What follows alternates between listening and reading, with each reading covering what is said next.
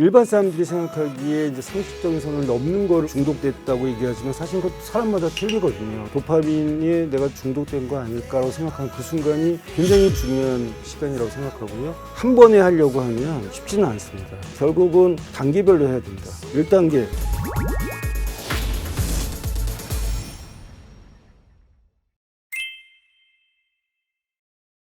도파민 디톡스라는 표현을 그냥 제가 편의상 하겠습니다. 원래는 디톡스라는 건 독소를 몰아낸다는 거니까 사실 맞지는 않죠. 도파민이 무조건 나쁜 호르몬은 아니니까. 근데 도파민 디톡스를 할 때 중요한 게 하나가 도파민 수용체거든요. 근데 도파민 수용체의 회복 기간이 사람마다 틀리고 단계별로 틀리다는 겁니다. 그래서 도파민 수용체가 회복되고 어느 정도 이 소기의 균형을 잡히는 시기를 보통 3주에서 4주를 보고요.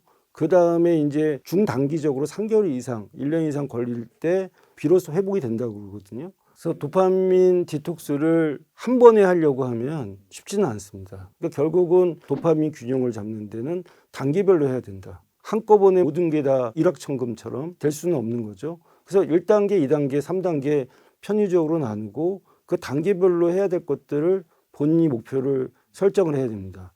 1단계, 내가 도파민 중독인지를 인지하는 거. 무엇에 중독되어 있는지를 인지하는 거. 어떤 경우에는 내가 어떤 행위나 물질에 중독되어 있는데 그게 중독인지 모르는 경우도 있어요. 그럴 때 이제 여러분들이 자가진단 테스트를 해서 내 중독의 정도가 얼마 정도 되는구나. 10점 만점에 몇 점이다. 그렇다면 무엇에 중독되어 있는지를 찾아봐야 되는 거예요. 의외로 숨어있는 중독들이 나한테 있을 수도 있거든요. 설탕 중독 같은 것도 있고요.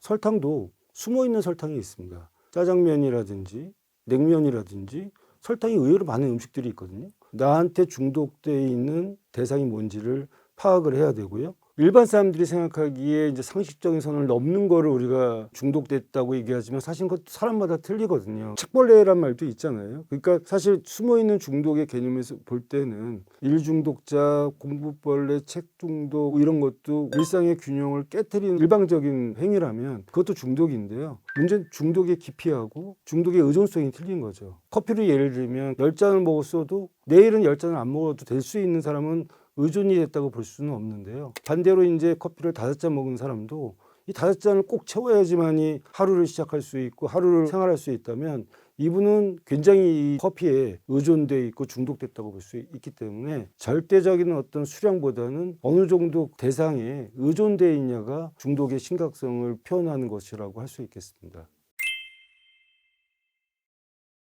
도파민 일지를 쓰는 게 중요합니다. 도파민 일지를 보면 6개의 카테고리가 있는데요. 일단 중독의 대상을 인지하고 거기에 내가 얼만큼 심각한지를 알게 되고 충분히 파악을 하게 되면 내가 이거 정말 이 도파민 밸런스를 가져야 되겠구나. 디톡스를 해야 되겠구나. 동기부여가 생기거든요. 하루에 내가 작업하는 시간 중에 일보다도 딴 데 신경 쓰는 일이 많거든요. 주식하는 사람들 도파민 일지를 써보면 엄청나게 자기가 일을 하지 않고 그런 거에 빠져 있다는 것을 알게 되고요. 중독되어 있는 것들이 반복적으로 얼마나 많이 하는지를 일지를 써보라는 거죠. 그 일지는요, 상당히 구체적이면서도 정확해야 됩니다. 그래야 내 중독의 정도를 알 수 있으니까요. 내가 이제 커피가 기분 좋아서 마시는 건지 스트레스를 받아서 마시는 건지 상사한테 혼나고 나서 먹는 건지 어느 상황에서 그 유발하는 요인까지도 정확히 적는 게 중요합니다. 그런 것들을 보고서 자신의 도파민 중독의 심각성을 깨닫게 되는 거, 그게 이제 도파민 균형을 잡는 첫 출발이 될 수 있겠습니다. 대부분 사람들은 큰 차이는 없지만 3주, 3개월, 1년 정도 생각하고 있거든요. 근데 어떤 사람은 3주가 아니라 4주일 수도 있고요. 좀 빨리 그거를 해결하는 사람은 2주가 될 수는 있겠지만 대충 한 3, 4주 정도 된다고 하면요. 3, 4주 동안에 내가 어디까지 해결할 거에 대한 어떤 목표를 구체적으로 정할 필요가 있고요. 예를 들면 3개월 뒤에는 커피를 갖다가 20잔이 5잔이 되고 뭐 3잔이 되고 1년 정도 지났을 때는 커피가 아닌 다른 방법으로 스트레스를 풀 수 있는 그런 목표를 갖다가 구체적으로 도파민 일지에 써놓고 실천하는 것이 중요할 것 같습니다. 가급적이면 필사, 손으로 쓰는 게 중요한데요. 우리가 이제 필사하게 되면 거기에 집중이 되거든요. 그리고 또 한 가지는 이게 디지털로 이제 그런 것들을 기록하게 되면요. 하다 보면 또 사람인지라 이걸 쓰다 보다가 또 갑자기 유튜브나 또 딴 걸 보게 되거든요. 가급적이면 직접 손으로 쓰는 것이 더 현명한 이 도파민 일지에 쓰는 방법이라고 할 수 있겠습니다.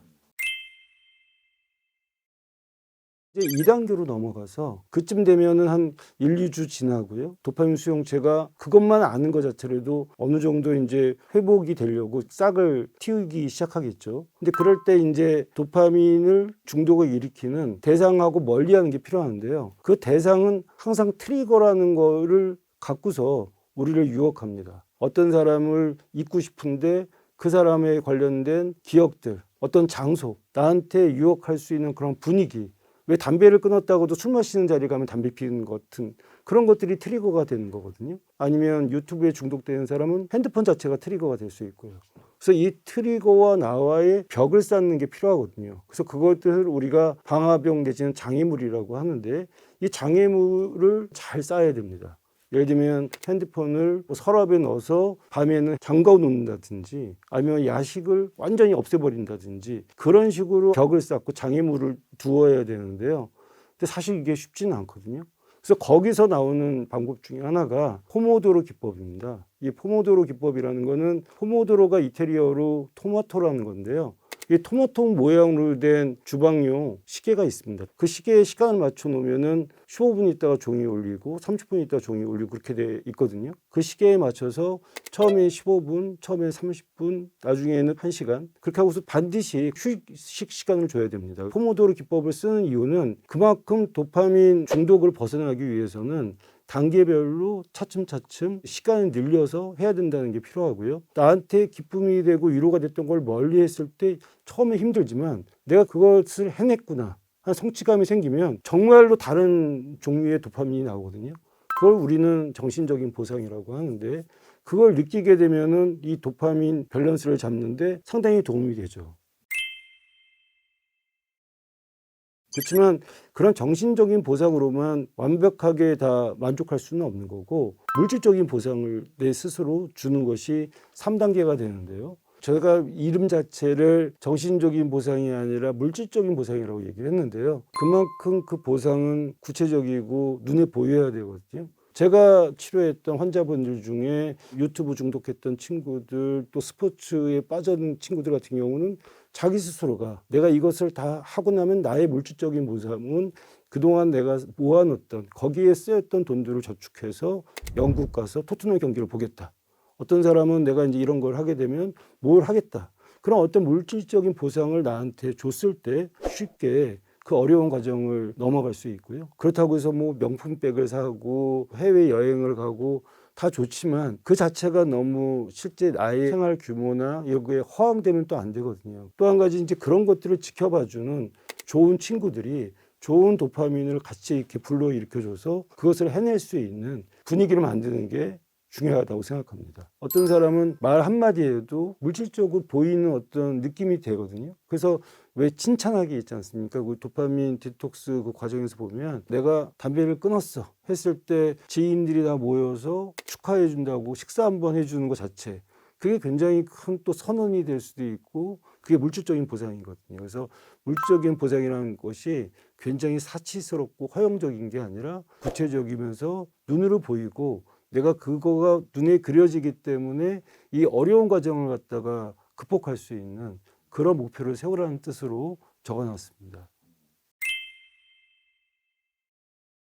도파민이 굉장히 기본적인 호르몬이거든요. 그래서 우리가 왜 기본적인 과목들을 잘하면 웬만한 응용적인 분야들은 잘 활용할 수 있듯이 도파민이라는 어떤 기본이 충실하게 돼 있으면 다른 호르몬들의 관리에도 도움이 될 수 있고요. 또 도파민이라는 게 결국은 동기부여의 호르몬이기 때문에 내가 조금 더 발전하고 조금 더 선한 쪽으로 갈 수 있는 동기부여의 핸들을 우리가 쥐고 있다고 볼 수 있는 거죠. 그래서 제가 얘기하고 싶은 것은 아무리 감옥에 빠져 있어도 감옥의 열쇠를 갖고 있는 사람은 탈옥할 수 있다. 도파민에 비유하자면 도파민은 호르몬의 핸들입니다. 여러분들이 호르몬의 핸들을 도파민 디톡스를 통해서 쥐어 있게 되면 여러분의 인생이 가고 싶은 방향으로 갈 수 있는 그런 계기가 될 것입니다. 또 한 가지 제가 또 강조하고 싶은 건 우리가 도파민의 늪에 다시 또 빠지지 않을 수 있는 다른 좋은 호르몬을 많이 만들어내는 게 중요할 것 같아요. 그래서 옥시토신, 세로토닌, 멜라토닌 이런 호르몬들은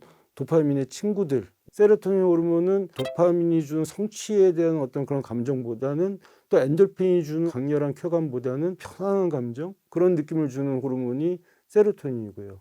그 멜라토닌은 면역과도 관계되고 수면과도 관계되는 호르몬이고, 옥시토신 호르몬이 나오려면 많은 어떤 사회 봉사를 한다든지 이런 여러 가지 호르몬들이 다 도파민의 어떤 순기능을 도와주는 호르몬이기 때문에 여러 가지 호르몬들의 특성과 도파민과의 관계를 생각해서 그런 호르몬들을 이렇게 불러일으킬 수 있는 생활을 하게 되면 도파민 균형을 잡는 데 도움이 될 수 있다고 생각합니다.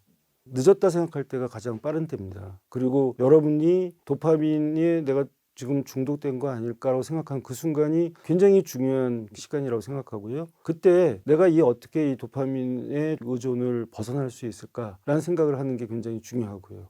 그리고 도파민의 친구들 또는 나의 도파민의 밸런스를 잡아주는 실제적인 친구들, 그런 분위기, 그런 걸 통해서 혼자 하게 되면은 빨리 갈 수는 있지만 멀리 갈 수는 없지 않습니까? 그래서 그런 여러 가지의 도움을 받아서 여러분들이 도파민의 균형점을 찾게 된다면 그게 삶의 균형을 찾는 거고요.